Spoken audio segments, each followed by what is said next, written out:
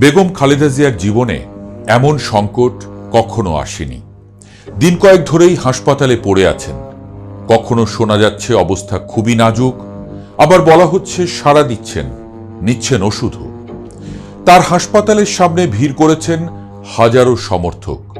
দল মত নির্বিশেষে দোয়া করছেন সুস্থ হয়ে উঠুন তিনি। কিন্তু এত কিছুর মধ্যেও খালেদা জিয়ার পাশে নেই তার সবেধন নীলমণি তারেক রহমান। কেন?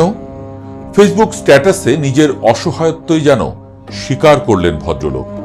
মায়ের এহেন পরিস্থিতিতেও যদি ফিরতে না পারেন তারেক রহমান, তবে তলে তলে দেশে যে ভয়ঙ্কর খেলা চলছে সেটা পরিষ্কার। কিন্তু সেই খেলাটা আসলে কি? খালেদা জিয়ার কি অবস্থা প্রশ্নের চেয়েও বড় প্রশ্ন হয়ে উঠেছে তারেক রহমান কেন আসছেন না।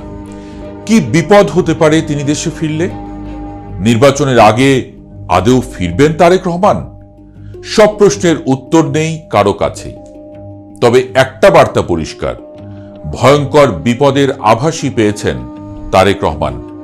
এর মধ্যেই কয়েকবার দেশে আসার তারিখ পিছিয়েছে। কথা ছিল ডিসেম্বরের প্রথম সপ্তাহের দিকেই আসতে পারেন তিনি। কিন্তু দেশের পরিস্থিতি যে বড্ড ঘোলাটে হয়ে আছে সেটা পরিষ্কার হয়ে যাচ্ছে তার না আসার ঘটনায়।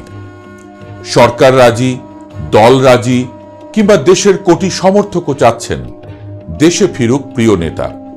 সরকারের প্রেস সচিব ঘোষণা দিয়েছেন, বলেছেন তারেক রহমানের দেশে আসতে বাধা নেই।